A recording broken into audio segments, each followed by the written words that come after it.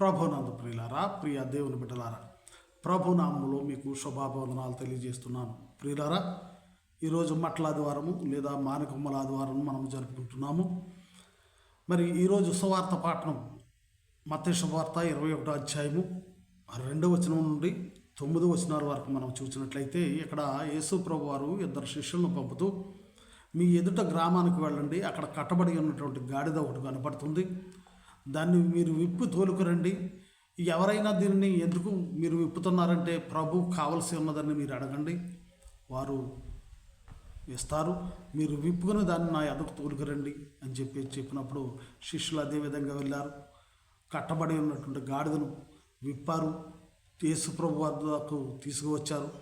తీసుకువచ్చిన తర్వాత వారు ఆ గాడిదపై బట్టలు పరిచినట్లుగా మనం చూస్తున్నాం. ప్రియులారా, ఆ బట్టలు పరిచిన తరువాత యేసు ప్రభు వారు దాని మీద కూర్చున్న తర్వాత అప్పుడు ఆ గాడిదకు ఒక విధమైనటువంటి గౌరవం పెరిగింది. ప్రియులారా, అప్పటిదాకా దుమ్ములోను ధూళిలోనూ నడుస్తున్నటువంటి గాడిద మరి అక్కడ ఉన్నటువంటి వారు తమ వస్త్రాలను మరి అక్కడ ఆ రోడ్డుపై వేయగా లేదా ఆ మార్గముపై వేయగా దాని మీద నడుస్తుంది, ఆ వారి యొక్క బట్టలపై నడుస్తుంది.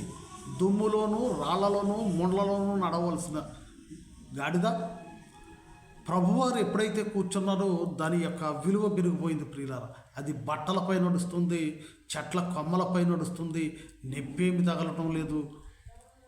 తర్వాత వారందరూ కూడా దావీదు కుమారునికి జయము జయమని పలుకుతూ ఉన్నప్పుడు అందరి దృష్టి మొదటిగా ప్రభువారిపైన, ప్రభువు ఎక్కినటువంటి గాడిద పైన ఉంది. ప్రియులారా, అందరూ వారినే చూస్తున్నారు. ప్రియులారా, అంటే మొదటి స్థానము దేవునిది, 2వ స్థానము గాడిదది. ప్రియులారా, అక్కడ ఉన్న మరెవ్వరికీ కాదు, అంత విలువ మరి గాడిదే నడుస్తుంది. ప్రియులారా, బట్టల పైన మరెవ్వరూ కాదు. యేసు ప్రభుని తనపై మోసినప్పుడు గాడిదకు కలిగినటువంటి గౌరవం. ప్రియులారా, మరి పాప బంధకముల చేత కట్టబడి ఉన్నటువంటి మనము, గాడిద కట్టబడి ఉంది, మనము పాప బంధకముల చేత కట్టబడి ఉన్నాము.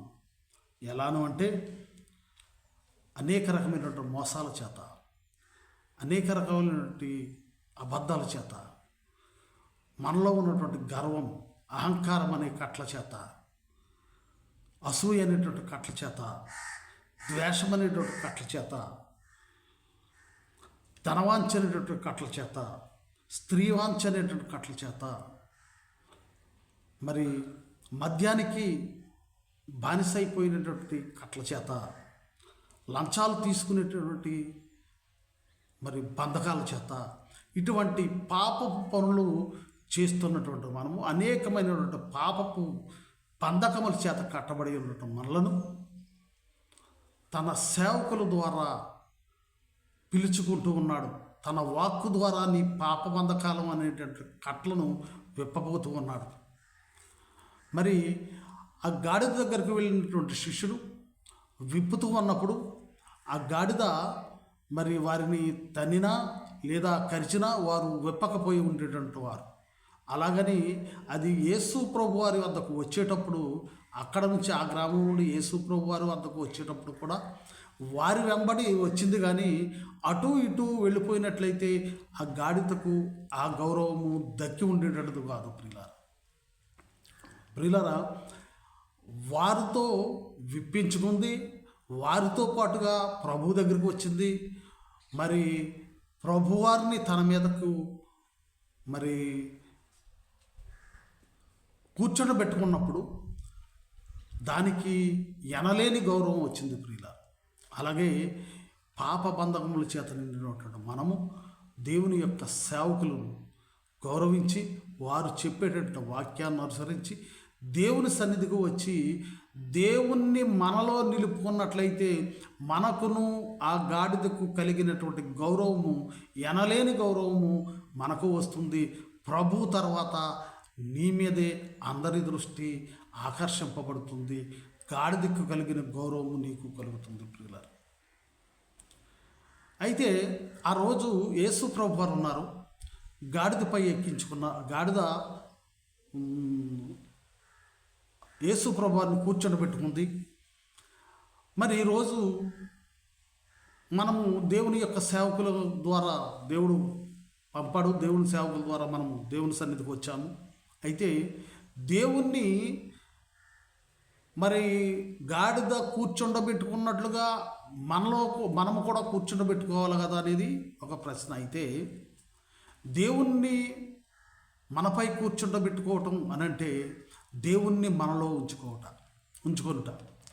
దేవుణ్ణి మనలో ఉంచుకోవాలంటే ఎలా? దేవుడు లేడే, మానస్వరూపిగా లేడే, ఆనాడైతే ఉన్నాడు, గాడిదపై కూర్చున్నాడు, గాడిదకి విలువ పెరిగింది, ఎనలేని గౌరవం వచ్చింది. మరి దేవుడు లేడే అని అనుకుంటున్నాం మనం అని ప్రశ్న. అయితే 1వ యోహాను 4వ అధ్యాయము 8వ వచనము చూసినట్లయితే దేవుడు ప్రేమ అయి ఉన్నాడు, ప్రేమ స్వరూపి ఇక్కడ చెప్పబడుతుంది ప్రియులారా. 12వ వచనంలో చూసినట్లయితే ఏ మానవుడు దేవుణ్ణి ఎప్పుడూ చూచి ఉండలేదు, మన మొకనునొకడు ప్రేమించిన ఎడల దేవుడు మన యందు నిలిచియుండును. ఇంకా 16వ వచనంలో మనం చూసినట్లయితే మన ఎడల దేవునికి ఉన్న ప్రేమను మనం ఎరిగిన వారమై దాన్ని నమ్ముకొని ఉన్నాము. దేవుడు ప్రేమ స్వరూపి అయి ఉన్నాడు, ప్రేమ యందు నిలిచి ఉండువాడు దేవుని యందు నిలిచి ఉన్నాడు, దేవుడు వాని యందు నిలిచి ఉన్నాడు. ప్రేమను మనలో ఉంచుకున్నట్లయితే, అయితే ప్రేమే దేవుడై ఉన్నాడు కనుక దేవుణ్ణి మనలో ఉంచుకోవటం అంటే ప్రేమను మనలో ఉంచుకున్నట్లయితే దేవుడు మనతో ఉన్నట్లుగా చెప్పబడుతోంది. 1వ యోహాను 4వ అధ్యాయము 8 నుంచి 16 వచనాల వరకు విపులంగా చదివినట్లయితే. ఇంకా రెండవదిగా ఏ రూపంలో ఉన్నాడు అనంటే యోహాను శుభవార్త 14వ అధ్యాయము 6వ వచనంలో యేసు నేనే మార్గమును సత్యమును జీవమును అని చెప్తున్నాడు. యేసు సత్యమై ఉన్నాడట, అలాగే దేవుడు ప్రేమయ్య ఉన్నాడట. ప్రేమయ్య ఉన్నటువంటి దేవుణ్ణి, సత్యమై ఉన్నటువంటి దేవుణ్ణి మనలో ఉంచుకున్నట్లయితే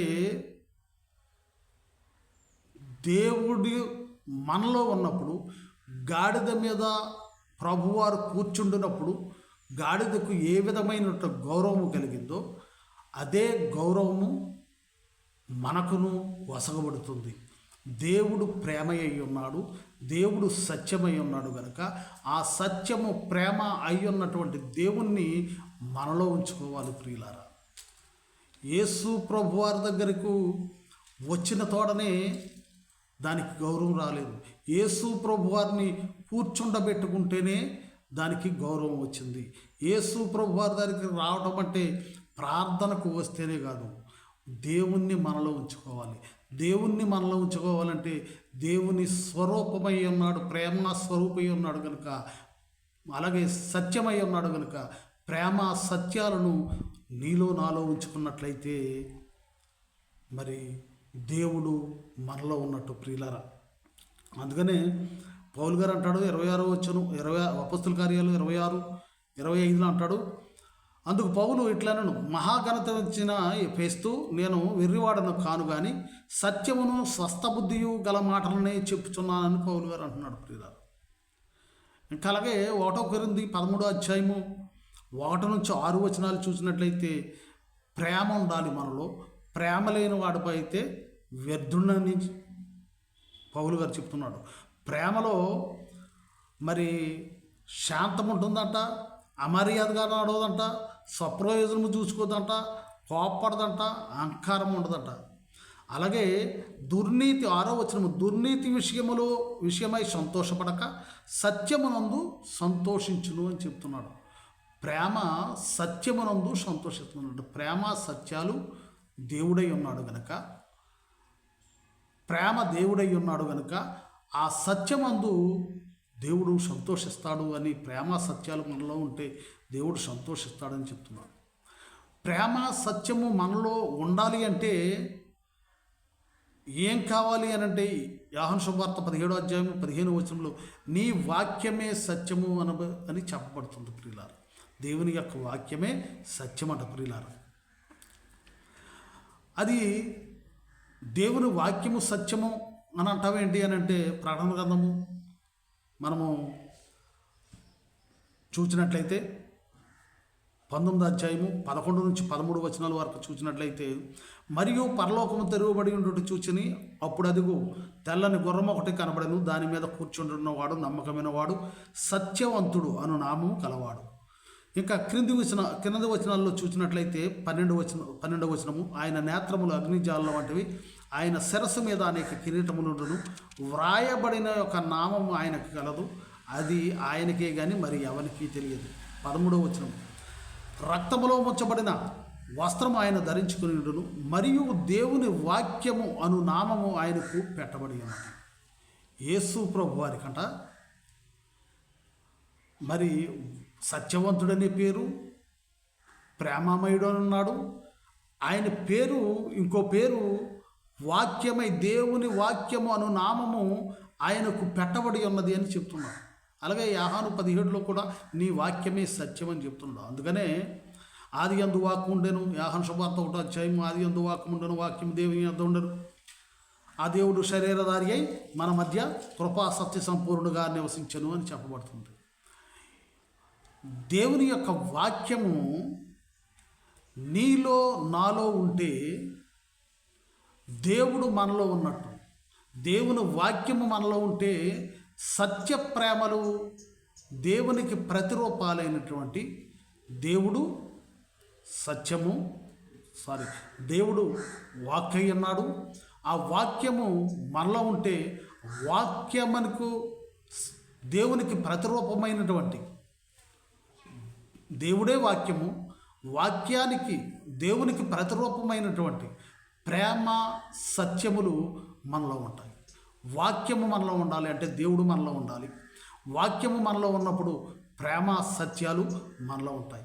ప్రేమ సత్యాలు మనలో ఉన్నట్లయితే దేవుడు మనలో ఉన్నాడు. ప్రేమ సత్యాలు మనలో ఉంటే ఆనాడు గాడిదపై క్రీస్తు కూర్చుండినప్పుడు ఎంత గౌరవం వచ్చిందో, ప్రేమ సత్యాలు నీలో నాలో ఉంటే మనకు కూడా అట్టి గౌరవాలే వస్తాయి.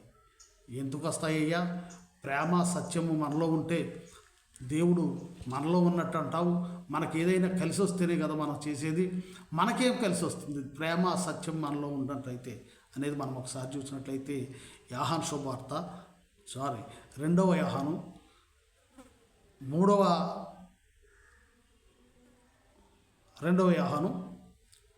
అధ్యాయము 3వ వచనం చూసినట్లయితే, సత్య ప్రేమలు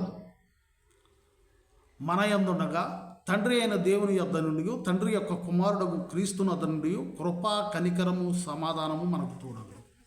ప్రియులారా, దేవుడు వాక్యమై అన్నాడు. వాక్యము మనలో ఉంటే ఆ వాక్యానికి దేవునికి ప్రతిరూపమైనటువంటి ప్రేమ సత్యము మనలో ఉంటాయి. ఆ సత్యము ప్రేమ మనలో ఉంటే దేవుని నుండి మనకేమేమి వసకబడతాయంటే కృపయు కనికరము సమాధానము వసకబడతాయి.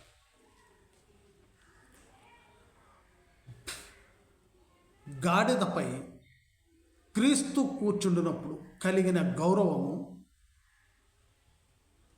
దేవుడు వాక్యమై ఉన్నటువంటి దేవుడు మన యందు ఉండగా, వాక్యానికి ప్రతిరూపమైనటువంటి దేవునికి ప్రతిరూపమైనటువంటి ప్రేమ సత్యాలు మన యందు ఉండగా మనకు కృపయు కనికరమును సమాధానమును దేవుడిస్తాడు. అయితే సత్యము ప్రేమ మనలో ఉన్నాయి. ఆ కృప కనికరాలతోటి మనకేం ఉపయోగం? ఏదైనా మనం ఉపయోగపడితేనే దానికి ఏదైనా చేస్తాం. ఆ సత్యాన్ని ప్రేమను మనలో ఉంచుకుందాం. అదే దేవుణ్ణి ఉంచుకుందాం అంటున్నాం కదా, ఉంచుకుందాం. గాడిదకు గౌరవం వచ్చింది, మరి మనకేమేమి వస్తాయంటే కృపయు కనికరమును సమాధానం వస్తాయి అంటున్నావు. దానివల్ల మనకు ఉపయోగం ఏంటంటే దేవుని కృప పొందితే ఏంటనేది మొదటగా కృపను గురించి తెలుసుకుందాం. 3 సత్యము ప్రేమ వాక్యమై ఉన్నటువంటి దేవుడు మనలో ఉంటే దేవునికి ప్రతిరూపమైనటువంటి ప్రేమ సత్యము మనలో ఉంటుంది. సత్యము ప్రేమ మనలో ఉంటే దేవుని నుండి కృప కనికరము సమాధానము పొందుతాము. కృప వల్ల కలిగేటువంటి మేలులను గురించి మనం తెలుసుకుందాం. ఆదికాండము 6వ అధ్యాయము 8వ వచనం మనం చూసినట్లయితే, అయితే నోవాహు యెహోవా దృష్టి యందు కృప పొందినవాడయ్యను. నోవాహు దేవుని యొక్క కృపను పొందాడు. ఆ కృపను పొందుకోబట్టే నోవాహు అందరూ చనిపోయినా కానీ వాడ నుండి రక్షింపబడ్డాడు, జలప్రళయము నుండి రక్షించబడ్డాడు. 2వ దినవృత్తాంతాలు 1వ అధ్యాయం 8వ వచనం మనం చూసినట్లయితే, సొలొమోను దేవునితో ఇలాగ మనవి చేశాను, నీవు నా తండ్రి అయిన దావీదు ఎడల బహుగా కృప చూపి అతని స్థానమందు నన్ను రాజుగా నియమించి ఉన్నావు. దేవుని యొక్క కృపను బట్టి సొలొమోను రాజుగా చేయబడ్డాడట. దావీదు ఎడల కృప చూపి దావీదు వారసుడైనటువంటి సొలొమోనుకు రాజ్యాన్ని అనుగ్రహించాడట. మొదటిగా దేవుని యొక్క కృప పొందినటువంటి నోవాహు జలప్రళయం నుండి రక్షించబడ్డాడు. దేవుని కృప పొందినటువంటి దావీదు తన కుమారునికి రాజ్యాన్ని దేవుడు ఇచ్చాడు. అలాగే కీర్తనలు 136 10వ వచనం నుంచి మనం చూసినట్లయితే, ఇజ్రాయేల్ మీద దేవుని యొక్క కృప నిరంతరము ఉండటం మూలంగా మరి ఐగుప్తులో నుండి వారిని రప్పించాడు. అలాగే ఎర్ర సముద్రంను పాయలుగా చేశాడు. ఫారో సైన్యాన్ని మనం ఈ వచనాలంతా కూడా చదివినట్లయితే ఫారో సైన్యాన్ని సముద్రంలో ఉంచివేశాడు. అనేకమైనటువంటి గొప్ప గొప్ప రాజులను మరి సంహరించాడు. దేవుని యొక్క కృప వారిపై ఉండటం మూలంగా అనేక మందిని జయించగలిగారు. అనేక ఆపదల నుండి, విపత్తుల నుండి, బానిసత్వం నుండి విడిపింపబడ్డారని చెప్తున్నాను. ఇంకా లోకా శుభవార్త 1వ అధ్యాయము 30వ వచనం చూసినట్లయితే, ఇక్కడ దూత మరియా భయపడకు, దేవుని వలన నీవు కృప పొందుతివి. ఇదిగో నీవు గర్భము ధరించి కుమారుని కరి ఆయనకు యేసు అను పేరు పెట్టుదువు. ఇక్కడ మరియ తల్లికి దేవుని యొక్క కృప ఉండబట్టి ఆమె దేవునికే జన్మనిచ్చి బహు భాగ్యవంతురాలైనట్లుగాను ధన్యురాలైనట్లుగాను మనం చూడవచ్చు పిల్లలు. అందుకనే అపోస్తుల కార్యాలు 6వ అధ్యాయం 8వ వచనంలో కూడా చెప్పబడుతుంది, స్టెఫను కృపతోనూ బలముతోనూ నిండిన వాడై ప్రజల మధ్య మహత్కార్యములను గొప్ప సూచక్రియలను చేయుచుండెను. ప్రియులరా, రోమీయులకు వ్రాస్తూ పౌలు గారు 3వ అధ్యాయము 24వ వచనములో, కాబట్టి నమ్మువారు ఆయన కృపచేతనే క్రీస్తు యేసునందలి విమోచనము ద్వారా ఉచితముగా నీతిమంతులని తీర్చబడుతున్నారు. ఆయన కృప ద్వారా మనము నీతిమంతులుగా తీర్చబడుతున్నామంట. నీతిమంతులుగా తీర్చబడితే ఏమొస్తుంది మనకంటే, మత్తయి శుభవార్త 13వ అధ్యాయము 43వ వచనంలో, అప్పుడు నీతిమంతులు తమ తండ్రి రాజ్యములో సూర్యుని వలె తేజరిల్లుదురు అని చెప్పబడుతుంది. పరలోక రాజ్యములో నీతిమంతులంతా సూర్యుని వలె తేజరిల్లుతారు. నీతిమంతులుగా ఉండాలంటే ఆయన కృప మన మీద ఉండాలి. అలాగే రోమీయులకు 12వ అధ్యాయము 7 నుంచి 7 వచనాలు 7వ వచనం మనం 8 వచనాలు మనం చూసినట్లయితే, దేవుని యొక్క కృప అనేక రకాలైన కృపావరములు వేరు కృపావరములు కలిగిన వారమై ఉన్నాము. మనకు అనుగ్రహింపబడిన కృప చొప్పున వేరు కృపావరములు కలిగిన వారమై ఉన్నాము. ప్రవచనాలు చెప్పేవారిగాను, పరిచర్య చేసేవారిగాను, బోధించేవారుగాను, హెచ్చరించేవారుగాను, పంచిపెట్టేవారిగాను, విచారణ చేసేవారిగాను, కరుణించేవారిగాను దేవుడు చేస్తాడంట ప్రియులారా. ఎప్పుడు దేవుని యొక్క కృప ఉన్నప్పుడు. దేవుని యొక్క కృప నీకు ఎప్పుడు అనుగ్రహింపబడుతుందంటే, దేవుణ్ణి నీవు నీలో నింపుకున్నప్పుడు. దేవుణ్ణి నీలో నింపుకోవాలంటే దేవుని యొక్క వాక్యాన్ని నీవు నింపుకోవాలి. దేవుని యొక్క వాక్యాన్ని నింపుకుంటే దేవునికి ప్రతిరూపమైనటువంటి ప్రేమ, సత్యము నీలో నిలిచి ఉంటాయి. అవి నీలో నిలిచి ఉన్నప్పుడు దేవుడు నీలో నిలిచి ఉంటాడు. దేవుడు నీలో నిలిచి ఉన్నప్పుడు ఆయన కృప నీకు అనుగ్రహింపబడుతుంది. కృప నీకు అనుగ్రహింపబడినప్పుడు మరణ అపాయకరమైనటువంటి స్థితుల్లో నుండి, జలప్రళయంలో నుంచి, అలాగే మరి ఇజ్రాయేలును సిరియా రాజు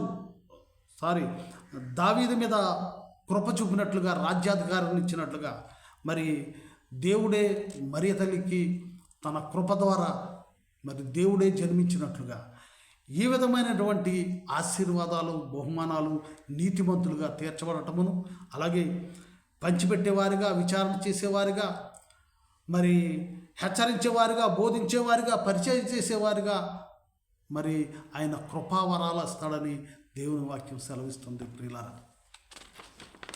మరి రెండవదిగా కనికరం. ఆయన మన యందు నిలిచి ఉంటే కృప, కనికరము, సమాధానం వస్తుంది. కృప పొందితే ఏ విధంగా ఉంటామో మనం నేర్చుకున్నాము. ఇప్పుడు కనికరం పొందితే ఏ విధమైనటువంటి బహుమానాలు మనకు లభిస్తాయి అనేది మనము చూసినట్లయితే ఆదికాండము 39 అధ్యాయము 21వ వచనం. అయితే యెహోవా యోసేపునకు తోడై ఉండి అతని యందు కనికరపడి అతని మీద చెరసాల యొక్క అధిపతికి కటాక్షము కలుగునట్లు చేసెను. ప్రియులరా, ఇక్కడ దేవునికి యోసేపు మీద కనికరపడి అతనికి తోడై ఉన్నాడట. చెరసాలాధికారికి కటాక్షం కలుగున్నట్టు చేశాడు. ముందుగా దేవుడు యోసేపు మీద కనికరపడ్డాడు. యోసేపు మీద ఎందుకు కనికరపడ్డాడు అని అంటే, యోసేపు సత్య ప్రేమలందు నిలిచినవాడు కనుక, సత్య ప్రేమలను తనలో ఉంచుకున్నాడు కనుక. సత్య ప్రేమలు యోసేపులో ఎలా ఉన్నాయంటే, వారు అన్నలు చేస్తున్న దుర్మార్గాలను మరి తండ్రికి సత్యాన్ని చెప్పాడు కానీ అబద్ధాన్ని చెప్పలేదు ప్రియులారా. అలాగే అన్నలను క్షమించి తన ప్రేమను చూపించాడు తప్ప వారిని మీద పగను పెంచుకొని మరి వారిని శిక్షించలేదు ప్రియులారా. అందుకని ప్రేమ సత్యాలను నిలుపుకున్నటువంటి యోసేపుకు కనికరము చూపాడు దేవుడు. ఆ కనికరము చూపడం వలన అతను చెరసాలలో ఉన్నటువంటి అతను ఐగుప్తుకు మరి అధికారిగా నియమించబడ్డాడు ప్రియులారా. ఇంకా 2వ రాజుల గ్రంథము 13వ అధ్యాయము 4 నుంచి 5 వచనాల వరకు చూసినట్లయితే ఇక్కడ యెహోవాను వేడుకొనగా, ఇక్కడ యోధారాజు యెహోవాను వేడుకొనగా యెహోవా సిరియా రాజు చేత బాధనందిన ఇజ్రాయేలు వారిని కనికరించి అతని మనవి అంగీకరించిన కావున యెహోవా ఇజ్రాయేలు వారికి ఒక రక్షకుని అనుగ్రహింపగా అతని చేత ఇజ్రాయేలు వారు సిరియనుల వశంలో నుండి తప్పించుకొని మునుపటి వలె స్వస్థానములలో కాపురముండురి. మరి సిరియా రాజు చేతిలో నుంచి ఇజ్రాయేలును విడిపించాడు. వారి మీద దేవుడు కనికరించి, దేవుని యొక్క కనికరం పొందితే చెరసాలలో ఉన్నటువంటి వాడు అధికారిగా అయ్యాడు. మరి బాధింపబడుతున్నటువంటి ఇజ్రాయేలీలు రక్షించబడ్డారు. మరి ఇంకా ఆయన కనికరపడితే ఏ విధంగా ఉంటుందో మనం చూడవచ్చు. మత్తయి శుభవార్త 4వ అధ్యాయం 14వ వచనం చూసినట్లయితే యేసయ్య కనికరపడి రోగులను స్వస్థపరిచినట్లుగా మనం చూడవచ్చు. ఆయన వచ్చి ఆ గొప్ప జనసమూహమును చూచి వారి మీద కనికరపడి వారిలో రోగులై ఉన్న వారిని స్వస్థపరిచను. అలాగే మత్తయి శుభవార్త 20వ అధ్యాయం 34వ వచనంలో చూసినట్లయితే కాబట్టి యేసు కనికరపడి వారి కన్నులు ముట్టిన వెంటనే వారు దృష్టి పొంది ఆయన వెంట వెళ్ళిరి. ఇంకా మార్కు శుభవార్త 1వ అధ్యాయం 40వ వచనం చూసినట్లయితే ఒక కుష్ఠరోగి ఆయన వద్దకు వచ్చి ఆయన ఎదుట మోకాళ్ళుని నీకు ఇష్టమైతే నన్ను శుద్ధినిగా చేయవలనని ఆయనతో చెప్పి ఆయన్ను వేడుకొనగా ఆయన కనికరపడి చేయి చాపి వారిని ముట్టి నాకు ఇష్టమే నీవు శుద్ధుడు కమ్మని అతనితో చెప్పినావు. మరి ఇంకను లోకా శుభవార్త 7వ అధ్యాయం మనం చూసినట్లయితే ఆయన 7వ అధ్యాయం 12వ వచనం 12-13 వచనాలు ఆయన ఆ ఊరి గవిని వద్దకు వచ్చినప్పుడు చనిపోయినప్పుడు వెలుపలికి మోసుకొని పోబడుచుండెను.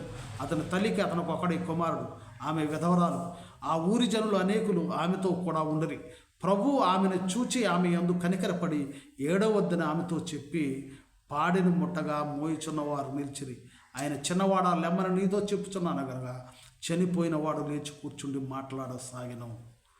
ప్రియులరా, ఆయన కనికర పడితే చనిపోయిన వారు లేస్తారు, గురుడ్డివారు కన్నులు ఇవ్వబడతాయి, కుష్ఠరోగులు బాగుపడ్డారు, అలాగే అనేక మంది రోగులు స్వస్థపరచబడ్డారు. ఇజ్రాయేలు రక్షించబడ్డారు. అలాగే చెరసాల్లో ఉన్నటువంటి యోసేపు ఐగుప్తుకు అధికారిగా చేయబడ్డాడు. దేవుని యొక్క కనికరము పొందినప్పుడు, దేవుని యొక్క కనికరాన్ని పొందాలంటే ముందుగా సత్య ప్రేమలను మనలో ఉంచుకోవాలి. దేవుని యొక్క వాక్కును మనలో ఉంచుకోవాలి. ఇంకా మూడవదిగా సమాధానము ఇస్తానంటున్నాడు. సమాధానము సంఖ్యాకాండము 6వ అధ్యాయము 26వ వచనములు, యెహోవా నీకు సమాధానము, యెహోవా నీ మీద తన సన్నిధిని ఉదయింపజేసి నీకు సమాధానము కలుగుజేయుగాక అన్నాడు. దేవుడే సమాధానాన్ని దయచేసేటటువంటి వాడు అన్నాడు. న్యాయాధిపతుల గ్రంథము 6వ అధ్యాయము 11 నుంచి 23 వరకు చదివినట్లయితే, ముఖ్యంగా 23వ వచనము మనము చూసినట్లయితే, అప్పుడు యెహోవా నీకు సమాధానము, భయపడకము, నీవు చావని అతనితో సెలవిచ్చును. గిద్యోనును మరి ఇక్కడ ఎవరి చేతనంటే మిద్యానీయులకు భయపడి గిద్యోను మరి చాటుగా గోధుమలు నూర్చుకుంటుంటే, అతను ఆ మిద్యానీయుల భయం నుండి అతను మరి దాక్కున్నటువంటి మరి చాటుగా తను చేస్తున్నటువంటి పని నిర్భయంగా చేయగలిగేలా చేసి అతనిలో ఉన్నటువంటి అశాంతిని తొలగించి సమాధానాన్ని అతను కలుగు చేసినట్లుగా, అతనికి ఉన్న భయాన్ని పోగొట్టి అతన్ని సమాధానము దయచేసి ఇజ్రాయేలు న్యాయాధిపతిగా చేసినటువంటి విధానాన్ని మనం చూడవచ్చు ప్రియులారా. అలాగే కీర్తనల గ్రంథము 55వ అధ్యాయము 18వ వచనం మనం చూసినట్లయితే ఇక్కడ దావీదు చెప్తున్నాడు, నా శత్రువులు అనేకులై ఉన్నారు, అయినను వారు నా మీదకి రాకుండానట్లు సమాధానము కలుగజేసి ఆయన నా ప్రాణమును విమోచించి ఉన్నాడు అని చెప్తున్నాడు. శత్రువులు నుండి సమాధానం కలుగజేస్తాడట. అలాగే కీర్తన 147 14వ వచనం చూసినట్లయితే, నీ సరిహద్దులలో సమాధానము కలుగజేయువాడు ఆయనే, మంచి గోధుమలతో నిన్ను తృప్తిపరచువాడు ఆయనే. నీ సరిహద్దుల్లో ఏ గొడవలు లేకుండా సమాధానాన్ని కలుగు చేస్తాడంట. దావీదుకు కలుగు చేశాడంట సమాధానాన్ని. మరి ఇంకా లోకశుభవార్త 7వ అధ్యాయం 36 నుంచి 50వ వచనం వరకు చూసినట్లయితే, అక్కడ అందుకాయన 50వ వచనము, అందుకాయన నీ విశ్వాసము నిన్ను రక్షించను, సమాధానము గల దానివై వెళ్ళుమని ఆ స్త్రీతో చెప్పాను. మరి ఆ స్త్రీ పాపము చేత నుండి ఉన్నటువంటి స్త్రీ మరి యేసు ప్రభు వారి పాదాలు కడుగుతున్నప్పుడు సమాధానము గలవై నువ్వు వెళ్ళు, ఆమెలో సమాధానం లేదు, ఆమెలో పాపం చేసేటువంటి ఆందోళన భయము ఉంది, నేను నరకానికి వెళ్ళిపోతాను ఈ పాపాల చేతని ఆమెలో ఉన్నటువంటి భయాన్ని ఆందోళనను తీసివేసి ఆమెకు సమాధానాన్ని, ఆ పాపాలు మన్నించి సమాధానాన్ని కలుగజేశాడు. ప్రియులారా, గాడిద యేసు ప్రభువారు పంపిన శిష్యులతో విప్పించుకుంది, వారితో పాటుగా వచ్చింది, యేసు ప్రభువును తనపై కూర్చోబెట్టుకుంది. అప్పుడు గాడిదకు విలువ పెరిగింది, ఎక్కడ లేని ఘనత వచ్చింది. అలాగే పాపపు బంధకముల చేత నీవు ఉన్నటువంటి నీవు దేవుని యొక్క సువార్థికులు సేవకుల యొక్క మాటను విని వారితో నీ పాప బంధకాలను విడిపించుకొని ప్రభు సన్నిధికి వచ్చి ప్రభువును నీలో ఉంచుకోవాలి. ప్రభువును నీలో ఉంచుకోవడం అంటే దేవుని యొక్క వాక్కును నీలో ఉంచుకోవాలి. దేవుని యొక్క ప్రతిరూపాలైనటువంటి ప్రేమను, సత్యాన్ని నీలో ఉంచుకోవాలి. అప్పుడే దేవుడు నీలో ఉంటాడు, నీకు గౌరవం పెరుగుతుంది. ఆ ప్రేమ కనికరాలు నీలో ఉన్నప్పుడు, అంటే దేవుడు నీలో ఉన్నప్పుడు ప్రేమ కనికరాలు నీలో ఉంటాయి. ఆ ప్రేమ కనికరాలు నీలో ఉన్నప్పుడు నీకు దేవుడు కృపను, కనికరాన్ని, సమాధానం ఇస్తాడు. ఆ కృప, కనికరము, సమాధానము పొందిన వారు ఏ విధంగా ఉంటారంటే భయపడేటటువంటి వారు అధికారులుగా అవుతారు. చెరసాల్లో ఉన్నటువంటి వారు అధికారులుగా అవుతారు. అలాగే బాధింపబడుతున్నటువంటి వారు మరి రక్షింపబడతారు. రోగులు స్వస్థపరచబడతారు. చనిపోయిన వారు సహితము లేపబడతారు. అందరూ నశించిపోయినా కానీ రక్షింపబడతారు. రాజ్యాధికారాన్ని ఇస్తాడు. ఇటువంటి గొప్ప గొప్ప బహుమానాలను నీకు ఇస్తాడు. గాడిదకి ఇచ్చినటువంటి దానికంటే ఎక్కువ ఘనతను నీకు దేవుడు దయచేస్తాడు. అందును బట్టి ఆ రోజు గాడిద యేసు ప్రభువును మోస్తున్నప్పుడు ఎటువంటి గౌరవము మరి హోదా దానికి ఉందో అటువంటి గౌరవం నాలో ఉండాలంటే దేవుణ్ణి మనలో ఉంచుకోవాలి, దేవుని వాక్కును మనలో ఉంచుకోవాలి. దేవుని వాక్కు ప్రతిరూపాలైనటువంటి ప్రేమ సత్యాలను కలిగి ఉందాం. గౌరవము మర్యాదలను మనము పొందుకుందాం. దేవుడు ఈ కొద్ది మాటల్లో దీవించునుగాక. ఆమేన్. అందరికీ వందనాలు.